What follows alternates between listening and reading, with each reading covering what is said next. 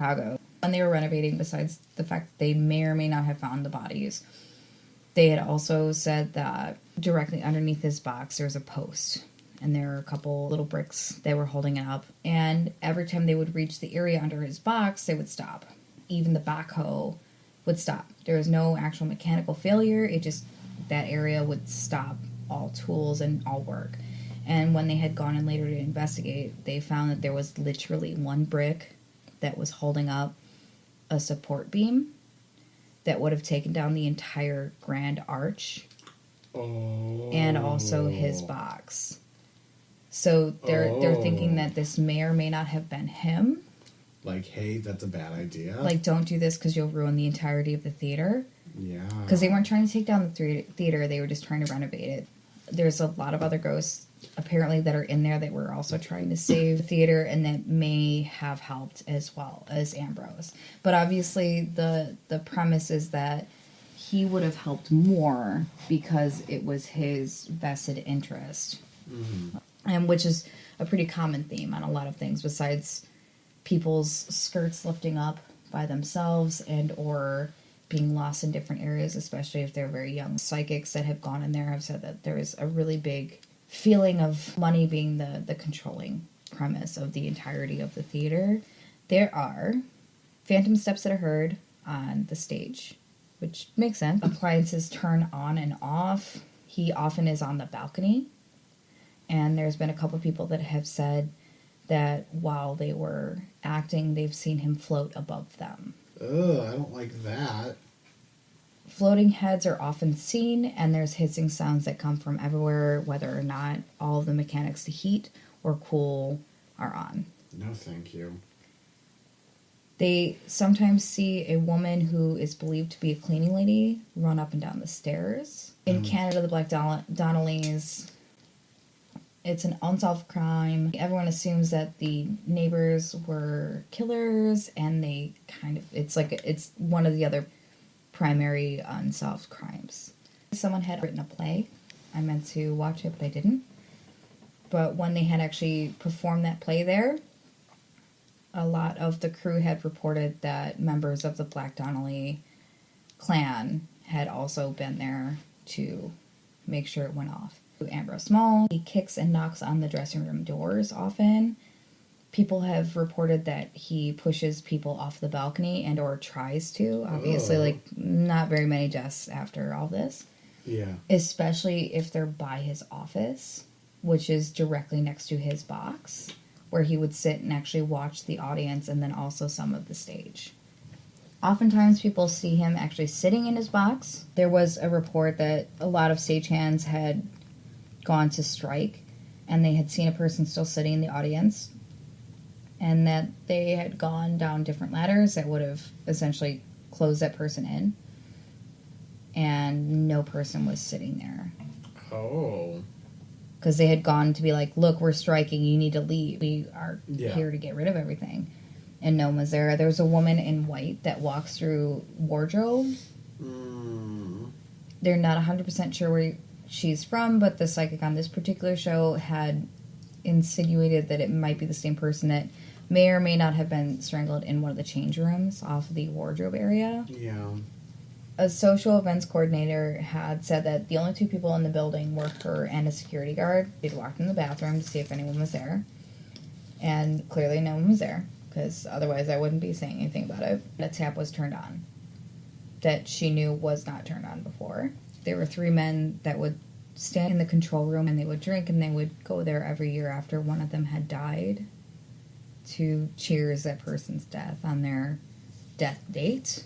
And now that all 3 of them are dead, they're still in there cheersing and still being okay with each other and hanging out. That's kind of fun, though. I know, and he actually said that also. He was like, I feel pretty positive about this, da-da-da.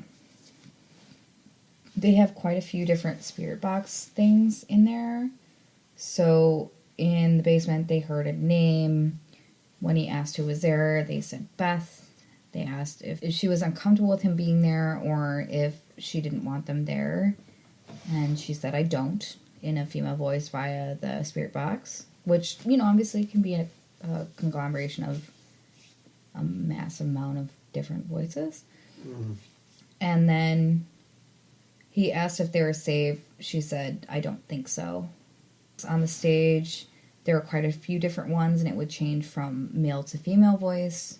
After they had left quite a few different areas, one of the people that was with them had dressed up and was in several different costume pieces and had gone into... So the guy with... Yes, an Ambrose. Yeah, that's so great. And he's like, I don't feel uncomfortable because I'm dressed up. I feel uncomfortable because Ambrose is gross, and I don't feel okay with the fact that I'm going to be standing in his office or the places where he would womanize people in a dress. Yeah, great. So I'm just like this fucking piece of meat. Right. The spirit box said angel devil. That cape and that sash that you're wearing is from a devil costume. And then from there it said go away. And then Jim had said something about, like, do you not want us to be in here? And he said heed the warning. So a lot of the ghost Heed the box... warning? That's so specific. So eventually go on the catwalks. It got more aggressive because now the gentleman is now dressed up as him, which is a little bit ridiculous because this one is aggressive. That mustache is remarkable, and he had put this mustache on that looked very similar. That mustache is so beefy it's been lifting weights. It is. It's huge. Yeah. It's strongest suggested you guys look it up because it's amazing. It's like it's got the girth too. It's you know? It's a hefty. It's hefty. It's pretty girthy. When they get to the catwalk, he had asked if Ambrose was there, and they said you saw him via the spirit box. And from there had been consistently answering a bunch of their questions, and then had called out to Richard, who had decided not to go on the catwalk and was starting to feel very sick and was not a fan of heights, period. And it's just not a great combination of things. They repeatedly told them to get out. He was like, okay, well, we are. The spirit box said, good, go. They're leaving. One voice, who was different than the others, said, don't do it. And then they continued with, go away, good, leave. What's that show called? Knock Knock Ghost. I'm really excited to watch it, and that's on Prime. It's on Prime. The picture I have was taken by a kid that was doing a play the last season before. Oh. He had come in with a really good camera and asked if he could take pictures. Yeah. And one of the ones he had taken was of Ambrose's box, because it was beautiful and it was lit up. And he'd come in maybe a week later and had asked the girl, so I think I see a face in this, right? She's like, I was standing right behind him. I was making sure he wasn't doing anything weird when he had actually taken the picture. Yeah. If you look below the box, there's a face in a whoosh. Oh. Mm-hmm. I think it's so good, right? Yeah. Wow. I know. Yeah. That's like a really kind of incredible picture. It is. It's super cool. I'm sorry, where are my manners? Photo. Photo. That's the Grand Theater. So we're going to kick our Cheersies old school, and we're going to do a Cheers that me and Chevy used to do when we were sad and 21.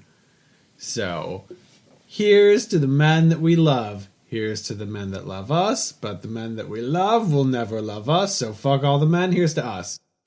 And if you'd like to cheers with us, you can cheers with us on Facebook and Instagram at Shots in the Dark Podcast. Our email is shotsanddarkpodcast@gmail.com. Our Twitter and Snapchats are both Shots in the Dark P. Thanks for hanging out with us, guys. And from me and Whitney over here at Shots in the Dark Podcast, we hope we've left you shaken, not stirred.